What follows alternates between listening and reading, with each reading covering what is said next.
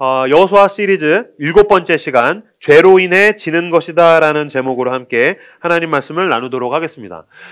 여호수아서는 이스라엘 백성이 광야에서 이제 요단강을 건너서 여호수아를 지도자로 삼아서 가나안에서 정복 전쟁을 하고 나중에 그 땅을 어떻게 분배하는가에 대한 이야기라고 이제 보시면 되겠습니다. 그래서 요단강을 건넜고 할례를 했고 그 다음에 굉장히 강대한 성이었던 여리고성을 기이한 퍼포먼스 돌아서 우르르 쾅쾅쾅 해서 돌아가지고서 이제 무너뜨린 게 이제 지난 시간이었었어요. 근데 지난 시간에 그 여리고성을 무너뜨릴 때 제가 설교하지 않은 지점이 있는데 뭐냐면 하나님께서 그 여리고성이 무너지면 그 속에 있는 모든 거를 다 하나님 앞에 내어 드려야 된다. 그래서 오늘 본문에도 온전히 바친 물건이라고 이야기했는데 하나님은 첫 번째 난 거를 받으시면 다 받으셨다라고 느끼시는 게 있어요.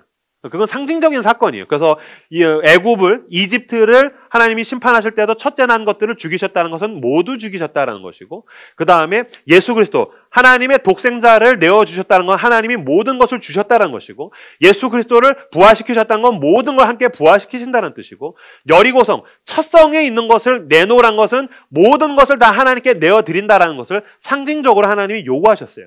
근데 이제 그 부분에 대해서 그들이 순종하지 않고, 아시는 분들이 계시겠지만 아간이라는 사람이 그걸 이제 꼽을 치죠. 꼽을 쳐가지고서 그로 인해서 두 번째 전쟁, 아이성이라는 여리고성보다는 좀 작은 성이었는데 거기서 패배하게 되는 이스라엘의 첫 패배에 대한 이야기입니다.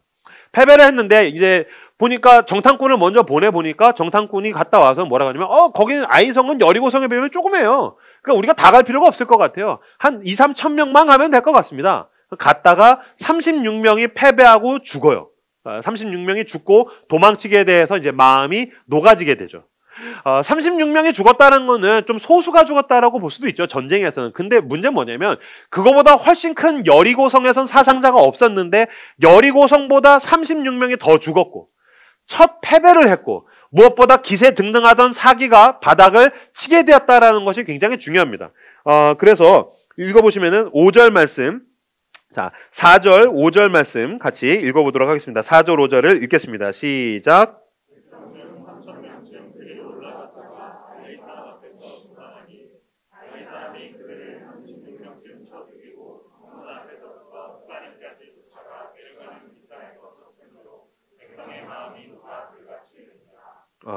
백성의 마음이 녹아 물같이 된지라. 아마 여호수아 시리즈를 처음부터 쭉 동행해 보신 분들 보시면은 이 구절이 조금 익숙한 사람이 있을 거예요. 마음이 녹았다. 물처럼 됐다. 이게 원래 누구에게 나오던 거냐면은 가나안 백성에게 나오던 말이에요. 정신을 잃었다. 마음이 녹았다. 마음이 물처럼 됐다. 전의를 상실했다. 이건 가나안의 것이었는데 이걸 똑같이 지금 이스라엘도 마음이 녹았다. 물처럼 됐다라는 표현을 하면서 이제 더 이상은 싸울 마음이 안 드는 거예요. 그래서 이 부분에 대해서 죄란 무엇인가?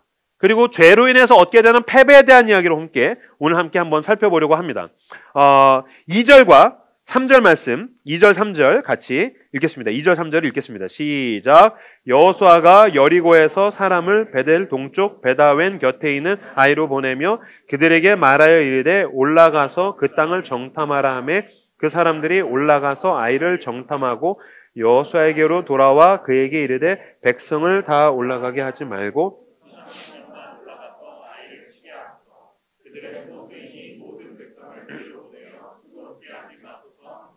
아멘.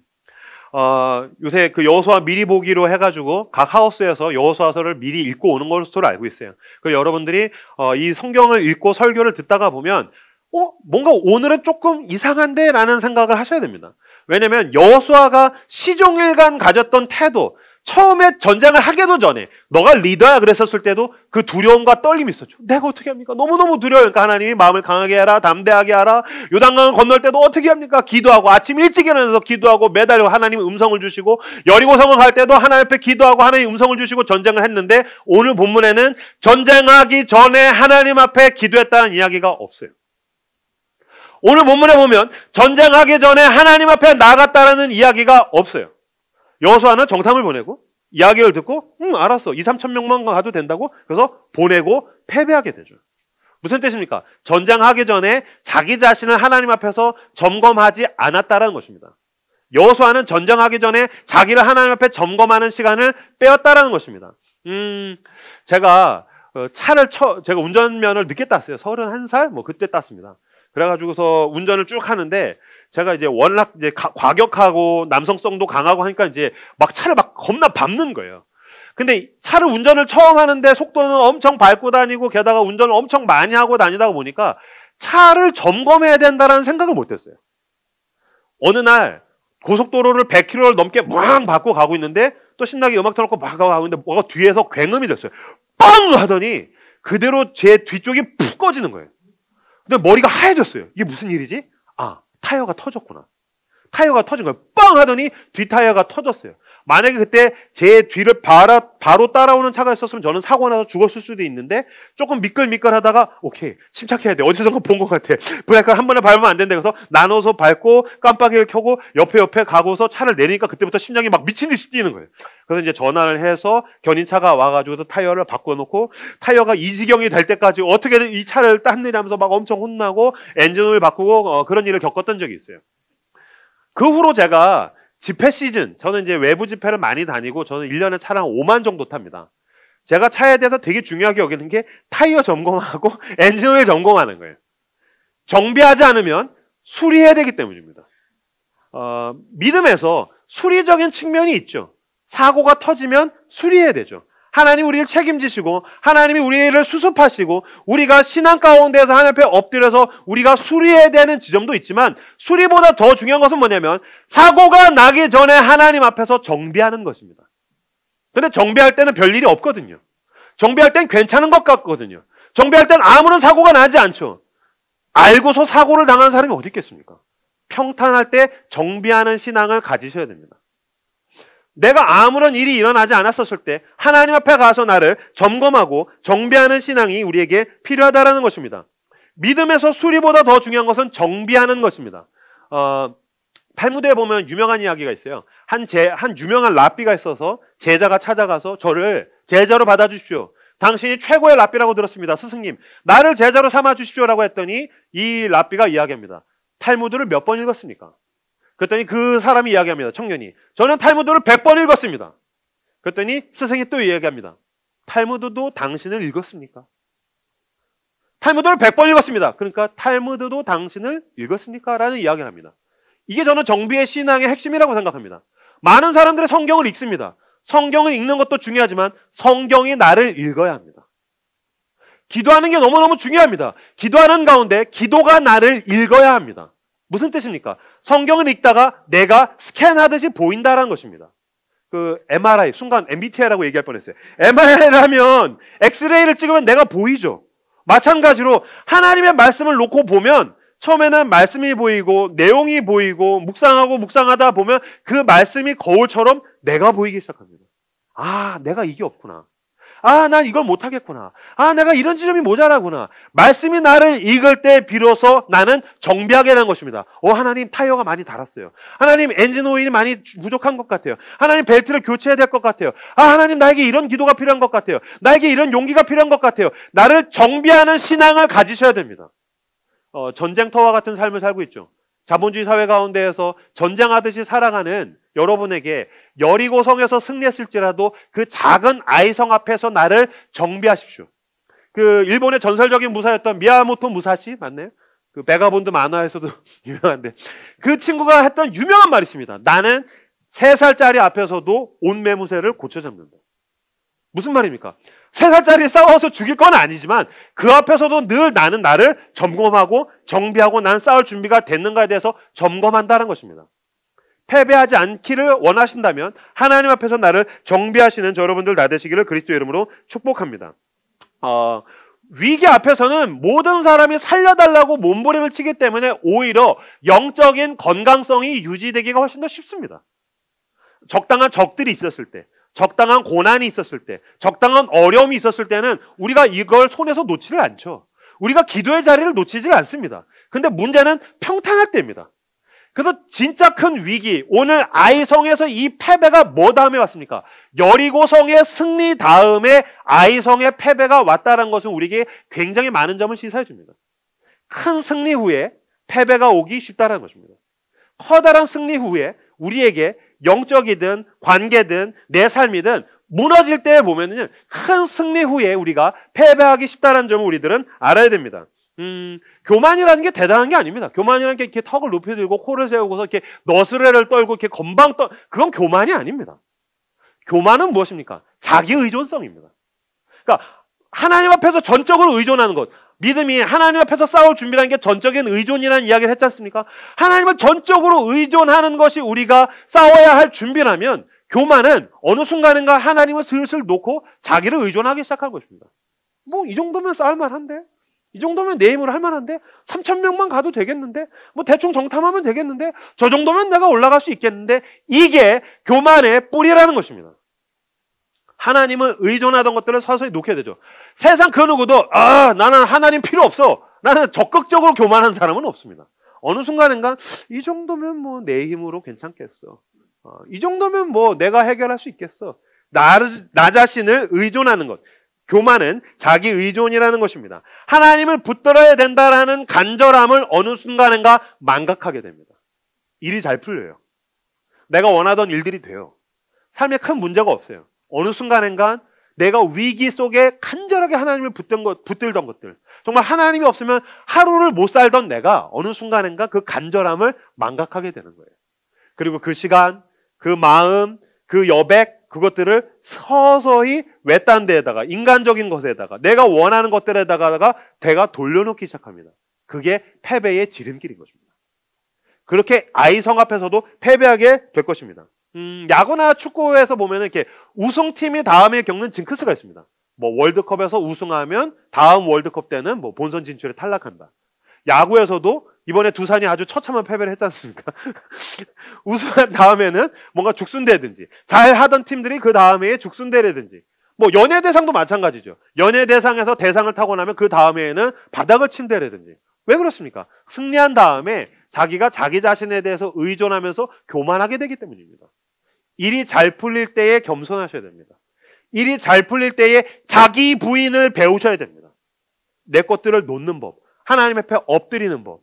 일이 잘 풀리고 길이 열리고 여리고성이 무너졌을 때에 아이성은 여리고성보다 더욱더 작지만 여리고성을 쓰러뜨릴 때처럼 간절하게 하나님 앞에 엎드리는 그 엎드림이 있는 저 여러분들 다 되시길 주님의 이름으로 축복합니다. 제가 설교 준비하다가 보니까 남 얘기가 아니에요. 제 얘기예요. 라이트하우스 서울숲이 개척한 지 3년 됐는데 서울숲에 작년 10월에 왔습니다. 그 전까지는 막 어디를 가서 예배 드려야 될지 맨날 메뚜기처럼 다니고 성도도 없고 재정도 없고 아무것도 없고 막 늘 위기 속에 있으니까 기도하고 성도들도 막 몸부림치고 막 똘똘 뭉쳤었는데 1년 동안 하나님이 저희 교회에 너무 많은 복을 주셨어요. 교회 가운데, 공동체 가운데, 그리고 제 인생 가운데 하나님이 너무 많은 성취와 눈에 보이는 일들을 행하셨어요. 하나님이 요구하시는 거예요. 승리에 도취되어 있으면 안 된다. 엎드려야 된다. 라이트하우스 서울숲이 연말로 가고 있습니다. 12월이 되면 하우스를 재편할 것입니다. 근데 12월 초에 하우스를 재편하면 12월 기간은 다 그냥 내려놓으십시오. 스태프들, 리더들, 물론 이제 사역자들, 전도사님, 목사님들 빼고는 모두 다 멈추십시오. 엎드리십시오. 너무 많은 일을 했습니다. 너무 많은 승리를 거두었습니다. 너무 많은 것들을 우리가 가지게 되었습니다. 다 놓으십시오. 우리가 처음에 주님 다음 주에 저희 교회 어디서 예배 드릴까요? 라고 엎드릴 때처럼 그냥 예배 드리고 엎드리십시오. 내년을 향하여서 모든 것들을 놓으십시오. 올해 하나님께서 여러분에게 어떤 승리를 주셨습니까? 어떤 성취가 있었습니까? 어떤 소유가 있었습니까? 여리고성이 무너졌습니까? 그래서 내년은 아이성이라서 할 만할 것 같습니까? 그렇지 않습니다. 엎드려야 합니다. 다 놓으십시오. 하나님이 아니면 난 아무것도 아닙니다. 은혜를 구하십시오. 여리고성을 무너뜨릴 때처럼 똑같은 하나님 앞에 그 긴장과 두려움, 떨림을 가지고 기도한다면 우리는 아이성이든 어른성이든 죄송합니다. 네. 그 어떤 성이든 우리들은 맞서서 싸워서 이길 수 있을 것입니다. 그러나 내가 여리고성을 무너뜨린 그 승리에 도취되어서 내 힘으로 아이성을 향해서 돌진한다면 우리는 처절하고 쓰라린 패배를 경험하게 될 것입니다. 하나님 앞에서 긴장과 두려움과 떨림으로써 예배자의 자리에서 모든 것을 내려놓고 엎드리시는 저 여러분들 다 되시기를 그리스도의 이름으로 축복합니다.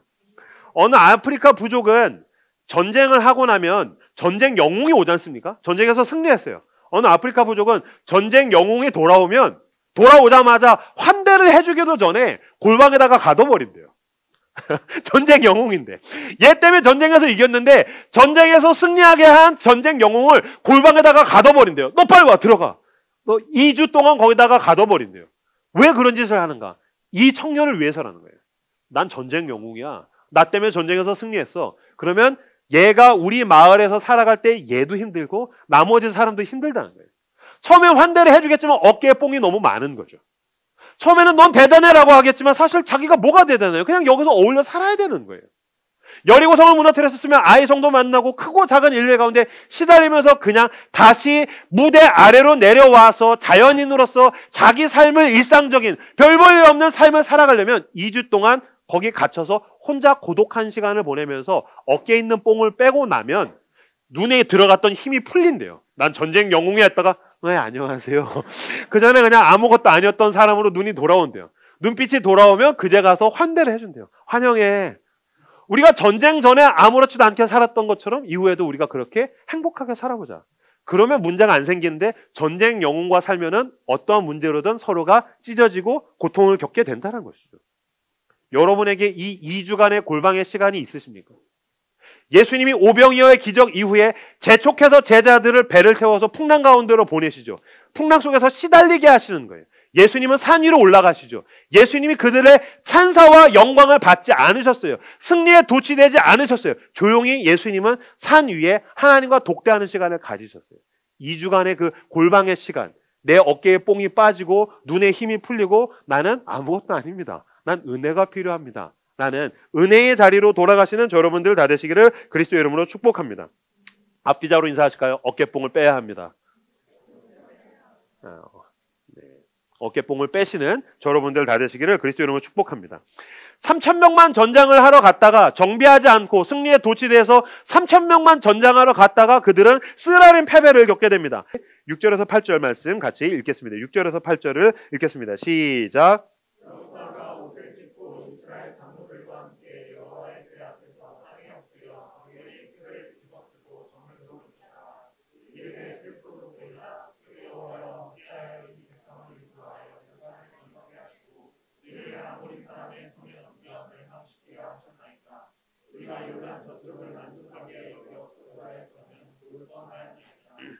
주여 이스라엘이 원수들 앞에서 돌아섰으니 내가 무슨 말을 하오리까. 아멘. 여호수아 리더십의 장점이 여기 있습니다. 6절 여호수아가 옷을 찢고 이스라엘 장로들과 함께 여호와의 궤 앞에서 땅에 엎드려 머리에 티끌을 뒤집어 쓰고 저물도록 있다가 패배했어요. 보세요. 여호수아는 그 나라의 전체 지도자예요. 전쟁을 이끌어야 돼요. 총사령관이에요. 가자. 정탐권이 와서 3,000명만 가면 됩니다. 오케이, 그럼 3,000명 가. 근데 쓰라린 패배를 겪었어요. 그러면 사령관이면 사실 뭐 해야 됩니까? 정탐권 일로 와. 너 일로 와. 너 뭐라 그랬어? 작다며.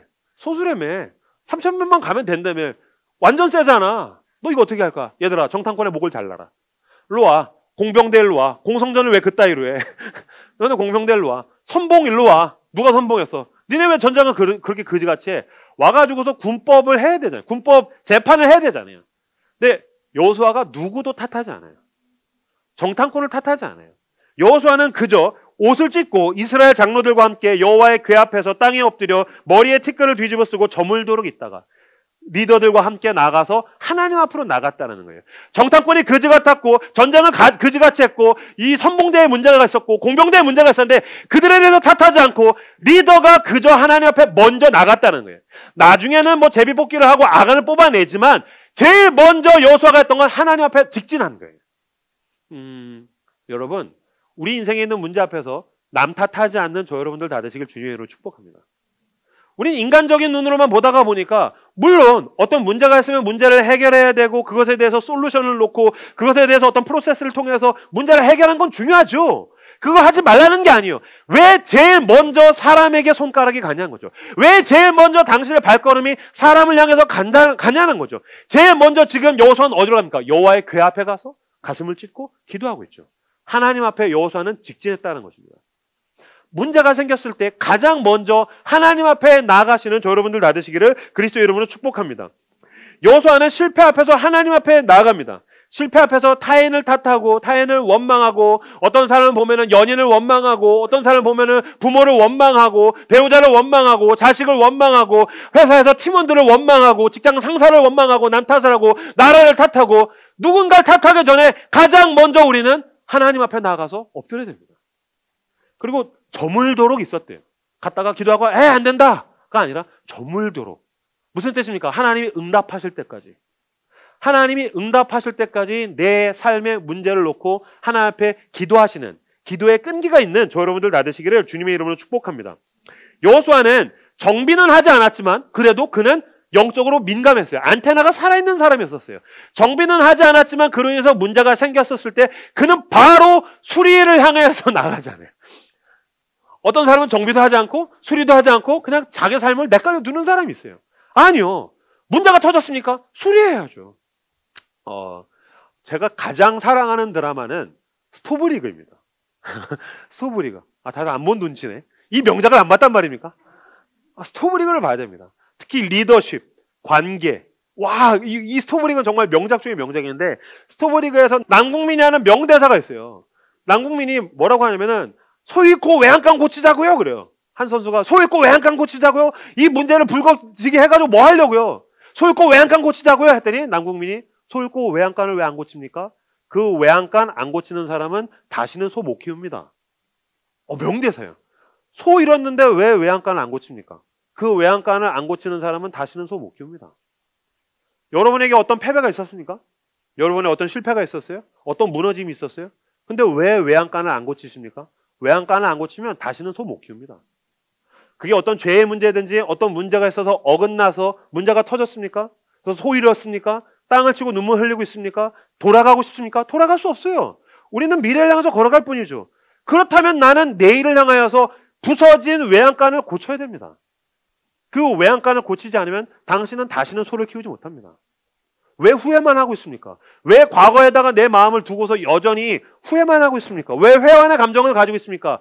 회한의 감정을 가지고 우리는 외양간을 고쳐야 됩니다. 외양간을 고치지 않으면 우리는 또 다시 소를 잃을 것이기 때문입니다. 타인의 고통 앞에서 해석하는 것보단 공감해야 됩니다. 해석에 대한 권리가 우리에게 없습니다. 이태원 참사가 되었든 내 주변에 있는 누군가의 고통이 되었든 우리는 해석하기보다 함께 공감하고 아파야 됩니다. 함께 아파해서 이 감정의 이 아픔의 시간들이 지나고 나면 우리는 외양간을 고쳐야 됩니다. 외양간을 고치지 않으면 우리는 또다시 소를 잃게 될 것입니다. 이것을 위해서 기도하는 것입니다. 이것을 위해서 우리들은 방법을 만들어야 됩니다. 나의 지혜를 동원하고 우리가 어떻게 다시는 이런 고통을 겪지 않을까에 대해서 소를 잃어버린 외양간을 눈물로 고쳐서 다시는 이런 실패와 눈물의 참사가 일어나지 않게 만드시는 저 여러분들 다 되시기를 그리스도의 이름으로 축복합니다. 기도의 외양간을 고치십시오. 말씀의 외양간을 고치십시오. 하나님 앞에 정비하는 시간들을 다시 만들어내십시오. 내가 어디가 무너졌는가를 점검하고 다시 외양간을 멋지게 하나님 앞에서 만들어서 주님께서 원하시는 소를 잘 키우는 믿음의 목자들, 리더들, 누군가 섬기는 그리스도의 제자들 다 되시기를 바랍니다. 하나님께 나아가서 여호수아가 열심히 기도하는 가운데 하나님께서 결국에는 이제 대답을 해주시죠. 온전히 바치라고 했는데 그것을 탐낸 자가 있었다. 그것을 가져간 자가 있었다. 그때부터 그는 기도의 외양간을 고치고 그들은 무너진 외양간을 고쳐서 무엇이 문제인지를 찾아냅니다. 솔루션을 찾아냅니다. 자, 20절, 21절 말씀. 20절, 21절 말씀 앞에 화면을 보시면 나올 겁니다. 20절, 21절 말씀 같이 읽겠습니다. 시작.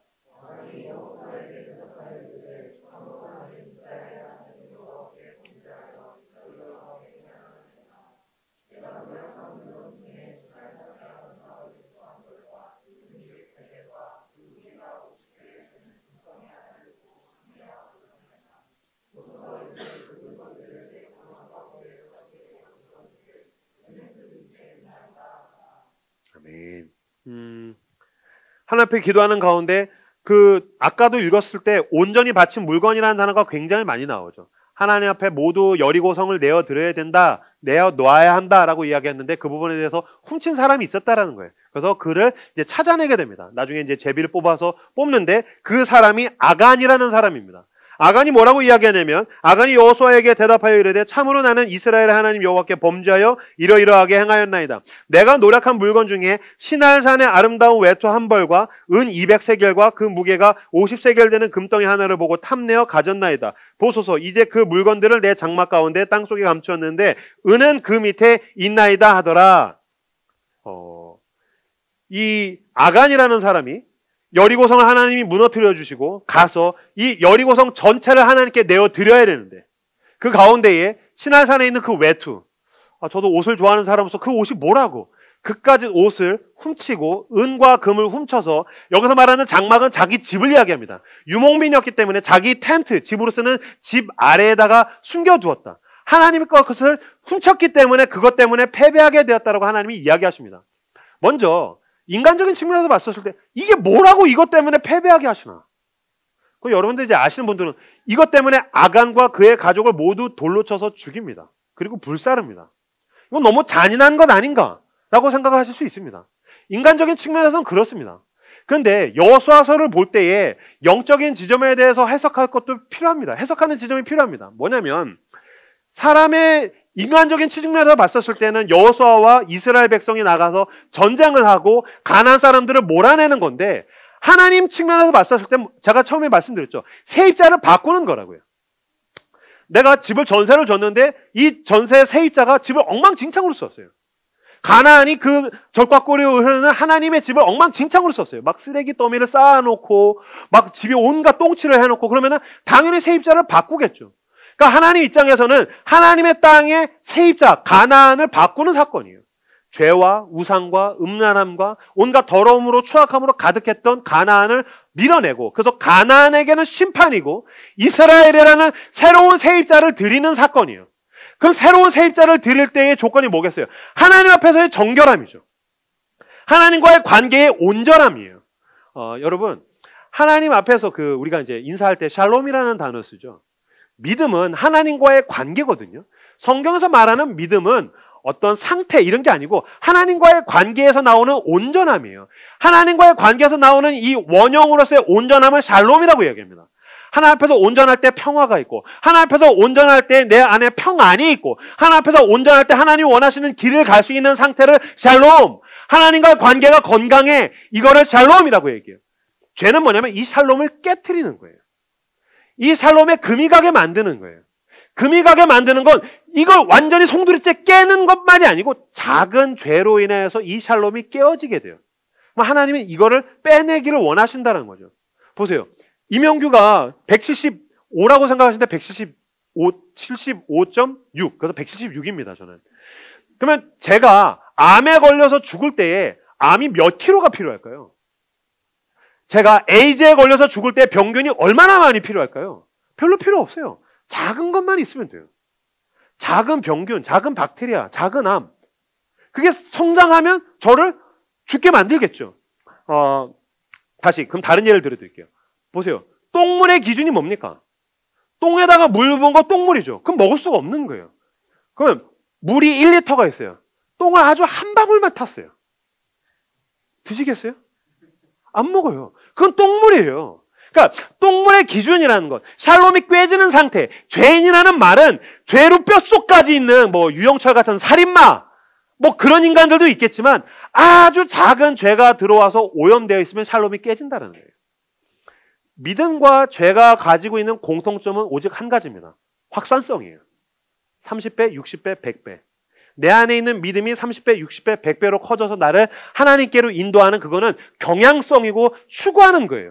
마찬가지로 죄도 마찬가지요. 하나님의 은혜로부터 이게 어긋나서 죄가 한 걸음 30배, 60배, 100배 가서 결국엔 아간의 죄가 그 집안의 죄가 되고, 보세요. 아간이 가져왔는데 집에 와서 보니까 남편, 아내랑 아이들이 아빠 이게 뭐예요? 이거 됐어. 니네 몰라도 돼. 땅을 팔 때 그 집에 있었겠죠. 그 가족이. 그 가족은 이미 물든 거예요. 그 가족이 살아가면서 나중에 전쟁을 계속할 때마다 야, 내가 사실은 여리고성에 훔쳤는데 하나님 괜찮아. 사람들이 물들어 가겠죠. 그리고 결국엔 그 백성 모두가 결국에는 똑같이 가나안이랑 똑같이 되겠죠. 하나님은 지금 그 부분에 대한 수술을 하고 계시는 거예요. 하나님은 그 부분에 대한 지금 제거를 하고 계시는 거예요. 이것을 빼서 하나님이 원하시는 온전한 상태로 가나안에 입성하기를 원하시기 때문이라는 거예요. 그러므로 회개라는 것은 무엇을 의미합니까? 내 안에 있는 무엇이 나를 어디로 향하게 하는가라는 거예요. 나는 지금 예수의 십자가를 향하여서 한 걸음 한 걸음 더 가까이, 내 안에 있는 작은 믿음이 점점 커져가면서 나를 지배하고 있습니까? 아니면 나는 은혜로부터 방향을 돌려서 은밀한 가운데 내 죄를 키워가면서 죄에 대해서 증식되고 있습니까? 당신 속에 있는 그 죄의 증식을 멈춰야 된다는 거예요. 당신 속에 있는 그 죄의 확산을 멈춰야 된다는 거예요. 무슨 수를 써서든. 심지어 예수님이 뭐라고 했어요? 눈을 빼라. 손을 잘라라. 어떤 대가를 치러서라도 죄가 증식되는 것을 막아야 된다는 것을 오늘 본문을 통해서도 하나님이 말씀하신다는 거예요. 참 무서운 건 여러분 생각해 보세요. 처음에 여호수아서가 시작할 때 아간이 거기에 같이 있었어요. 아간이 보세요. 요단강을 건널 때 강이 갈라지는 걸 아간도 봤어요. 마른 땅도 아간이 같이 건넜어요. 할례할 때 아간도 할례하고 같이 일주일 동안 누워 있었어요. 여리고성 무너뜨릴 때 똑같이 일주일 동안 아간도 돌았어요. 우르르 쾅쾅 함성을 질러라 와 같이 아간도 했어요. 여리고성이 무너진 거를 아간도 봤어요. 하나님이 요단강을 갈라주시는 것, 하나님이 여리고성을 무너뜨려 주신 것, 다 하나님의 역사를 경험했어요. 그런데 어떻게 거기서 하나님이 내놓으라고 한 것에 대해서 욕심이 생겼을까요? 지금 하나님이 그 지점을 지적하시는 거예요. 하나님 앞에서 내가 죄를 키워가서 은혜를 망각하고 은혜 다 털어먹고 죄에 점령당하고 있는가? 아니면 나는 그것을 멈추고 하나님을 향해서 걸음을 내딛고 있는가? 은혜에 의해서 지배를 당해 나가시는 저와 여러분들 다 되시기를 그리스도 이름으로 축복합니다. 아간이 범죄한 것을 보시면 20절, 21절 말씀 21절만 읽겠습니다. 21절만 같이 한 목소리로 읽겠습니다. 21절 읽겠습니다. 시작.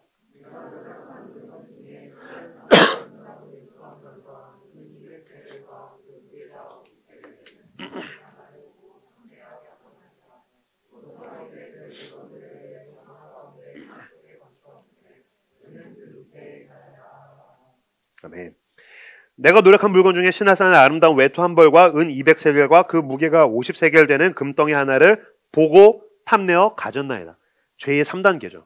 보고 탐내어 가졌나이다. 이거는 아담과 하와가 선악과를 보고서 죄를 지을 때의 그 3단계랑 똑같습니다. 보고 탐내어 가졌나이다. 죄는 우발적으로 가는 것이 아닙니다. 죄는 단계를 거칩니다. 보고 거기서 아니야. 저걸 보면 안 돼. 멈춰야 돼. 탐내고 탐심이 막 내 속에서 커지기 시작하고 저걸 향한 탐심은 욕망은 온당하지 않아. 이건 하나님의 것이 아니야. 형규야 브레이크를 밟아야 돼.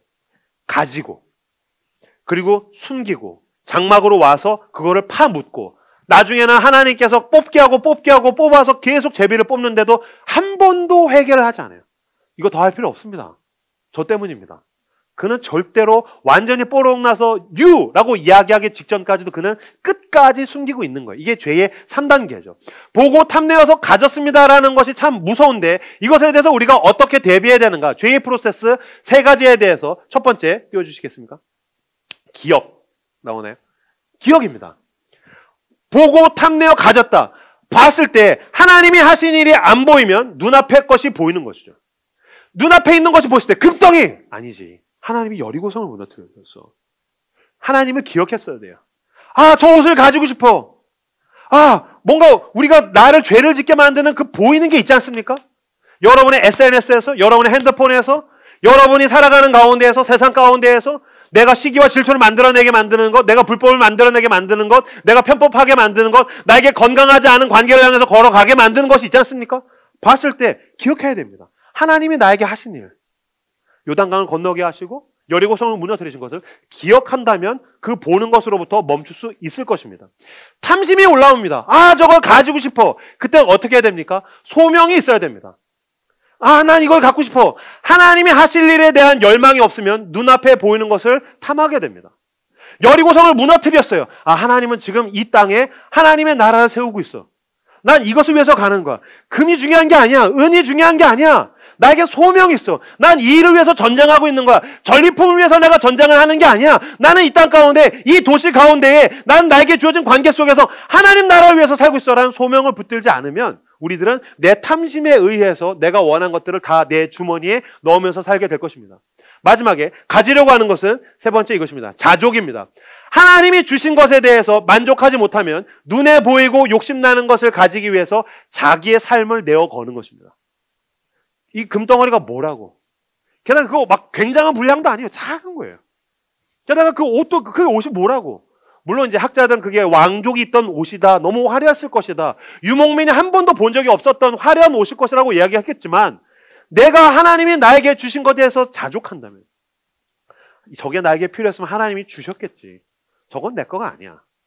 바울이 빌립보서 마지막에서 이야기한 대로 왜 우리는 능력 주신 자 안에서 내가 모든 것을 할 수 있느니라. 우리 자꾸 이거를 I can do it 막 이걸 아니요. 중요한 건 뭐냐면 자족한다라는 게 그 앞에 나와 있어요. 내가 모든 것에 자족하기를 배웠노니 내가 부유하면 부유할 수도 있고 내가 빈궁하면 빈궁할 수도 있고 내가 건강하면 건강할 수도 있고 내가 병약하면 병약할 수도 있고 내가 능력 주신 자 예수 그리스도 안에서 내가 모든 걸 할 수 있다. 이건 자족한다라는 얘기예요. 하나님이 나를 사랑하신다는 걸 내가 알아. 그래서 그 아들 예수 그리스도를 주셨다는 걸 내가 알아. 하나님이 나에게 필요한 게 뭐가 있는지 하나님이 나보다 더 잘 아신다는 것도 내가 알아. 난 믿어. 필요했으면 하나님이 내 손에 올려주실 거야. 그게 필요했으면 하나님이 내 주머니에 넣어 주실 거야. 나에게 알아듣게 하실 거야. 필요했다면 하나님이 나를 그 자리에 올려다 놓으실 거야. 자족하며 기다리는 것입니다. 기억하고 소명을 붙들고 자족했다면 그는 죄를 짓지 않았을 것입니다. 그러나 그는 자기가 주인 되어서 자기의 욕망을 채워서 그는 처참한 자리에 가게 되더라는 것입니다. 마라토너가 마라톤을 할 때 그를 멈추게 만드는 건 경쟁 상대가 아닙니다. 내 속에 있는 돌입니다. 굴러다니는 돌. 그게 나를 아프게 만들고 결국에는 좌절해서 경기를 멈추게 만들 것입니다. 여러분의 마음의 은밀한 가운데에 숨어있는 죄의 마라토너의 신발에 있는 그 돌멩이 같은 죄는 무엇입니까? 아무도 모르는 그 은밀한, 겉으로 봤었을 때 누구도 눈치채지 못하는 여러분의 주머니에, 여러분의 머릿속에 있는 그 작은 죄가 증식되기 전에 예수의 십자가 앞에 나가 회개하고 빼내시는 여러분들 다 되시기를 그리스도의 이름으로 축복합니다. 여호수아서는요, 여러분, 이스라엘이 가나안과 싸우는 게 아닙니다. 표면적으로 봤을 땐 이스라엘이 가나안과 싸우지만 이거는 하나님이 죄와 싸우시는 것입니다. 하나님이 죄와 싸우신 것입니다. 왜 가나안을 밀어냅니까? 가나안의 죄와 싸우신 것입니다. 지난 시간에 얘기했죠. 난 하나님의 군대 대장이야. 내가 싸우는 거야. 그래서 하나님이 가나안과 함께 싸우는 걸 여호수아와 이스라엘이 참여하는 것입니다. 근데 아까 똑같이 얘기했죠. 마음이 녹아 물같이 된지라. 가나안처럼 됐어요. 왜요? 가나안의 죄를 지금 이스라엘도 가지고 있으니까 하나님이 그 이스라엘 속에 있는 죄와 싸우고 계시는 것입니다. 하나님은 죄와 싸우고 계시다는 것을 알아야 됩니다. 아간이라는 이름을 원래는 이 사람 본명이 아닙니다. 아간은 괴롭게 하다라는 뜻인데 아간이라는 이름은 후대에 붙여진 이름입니다. 학자들은 가나안을 거꾸로 한 것이 아니겠느냐라는 이야기를 합니다. 가나안을 거꾸로 한 이름이 아간이 우리 속에 있더라는 거예요. 하나님은 가나안의 죄와 싸우시는데 그것을 향해서 나아가는 내 속에 아간이 있더라는 거예요. 내 속에 나를 괴롭게 하는 죄가 있더라는 거예요. 우리 속에 우리 교회를 괴롭게 하는 아간이 있더라는 거예요. 이 나라와 민족 가운데 왜 참사와 고통이 있죠? 우리를 괴롭게 만드는 그 죄의 뿌리 아간이 내 속에 있기 때문입니다. 그리고 그거는 내가 손가락진 다른 누군가가 아닐 것입니다. 이 시간 이명규 목사가 설교는 못해도 하나님의 성령께서 여러분에게 임하셔서 회개의 영이 내 속에 있는 아간을 진리의 빛으로 비춰주시길 그리스도의 이름으로 축복합니다. 결국엔 나와 가장 사랑하는 사람들을 괴롭게 만드는 아간은 납니다. 그 아간은 내 속에 은밀한 가운데 숨겨 있습니다. 1907년도에 평양 대부흥이 일어날 때 그게 시스템으로 일어난 것도 아니고 제자훈련으로 일어난 것도 아니고 건물로 일어난 것도 아니고 유명한 목사 설교로 일어난 게 아닙니다. 사경을 하고 있는데 존경받던 길선주 장로님이 그 자리에서 일어납니다. 그리고 이야기합니다. 우리가 이렇게 사경회를 하고 있는데 하나님께서 그 놀라운 부흥의 역사를 일으키지 못하시는 것은 나 때문입니다. 내가 아간입니다 라고 길선주 장로님이 이야기합니다. 그러면서 이야기합니다. 친한 친구가 죽으면서 미망인에게 전달해달라고 유산을 남겨놨는데 그 가운데 내가 많은 돈을 착복했습니다. 눈물로 회개합니다. 내가 아간입니다. 그때부터 한 명 한 명 일어나서 새벽 2시까지 사람들이 자기 속에 있는 아간이라고, 내가 아간이라고, 내가 회개했다고 막 회개를 하기 시작합니다. 우리나라에 있는 그 복음의 부흥, 복음의 시작은 이 내가 아간이라는 그 성령이 가르쳐 주신 그 진리에 대한 인식, 회개로부터 출발했습니다. 내가 아간입니다. 우리 교회가 회복되지 못하는 것은 내 속에 있는 그 아간 때문입니다. 우리 가정이 회복되지 못하는 것은 내가 아간이기 때문입니다. 이 나라가 하나님의 나라가 되지 못한 것은 내가 아간이기 때문입니다. 그러면 오늘 본문에서 했듯이 아간과 그의 가족을 끌고 아골 골짜기로 가서 돌로 치고 불태워서 죽여야 됩니다. 그래서 그 골짜기를 아골 골짜기, 고통과 괴로움의 골짜기라고 이름을 붙였습니다. 여러분, 원래 우리가 아간이기 때문에 하나님께서 우리의 죄를 모두 탄론하게 하시고, 이명규, 너가 설교하고 있지만 네가 어떤 짓을 저질렀는지 사실 내가 음성 파일을 녹음을 했지. CCTV를 찍었지. 쫙 틀어주시고 저를 돌로 쳐서 불태워서 죽이면 저는 할 말이 없습니다. 그런데 내가 죽어야 할 아골 골짜기에 하나님의 아들 예수 그리스도께서 대신 죽으셨습니다. 구약에서는 아골 골짜기에서 아간이 죽었지만 신약에 와서는 하나님의 아들께서 내가 죽어야 할 아골 골짜기에 십자가를 세우시고 예수 그리스도께서 대신 죽으셨습니다. 이 시간 내가 죽어야 할 그 아골 골짜기를 바라보십시오. 내 죄로 인해서 묻혀있는 그 죽음의 무덤을 바라보십시오. 그리고 내가 얼마나 죄인인가에 대해서 회개하십시오. 예수의 십자가로 나가십시오. 그 십자가를 붙들고 주님, 내가 아간입니다. 내가 회개하겠습니다. 내가 회개하면 우리 가정이 살아날 것입니다. 내가 회개하고 거듭나면 우리 교회가 회복되고 살아날 것입니다. 내가 회개하고 내가 거듭나고 내가 변화되면 이 나라와 민족이 하나님의 백성이 되는 줄로 믿습니다.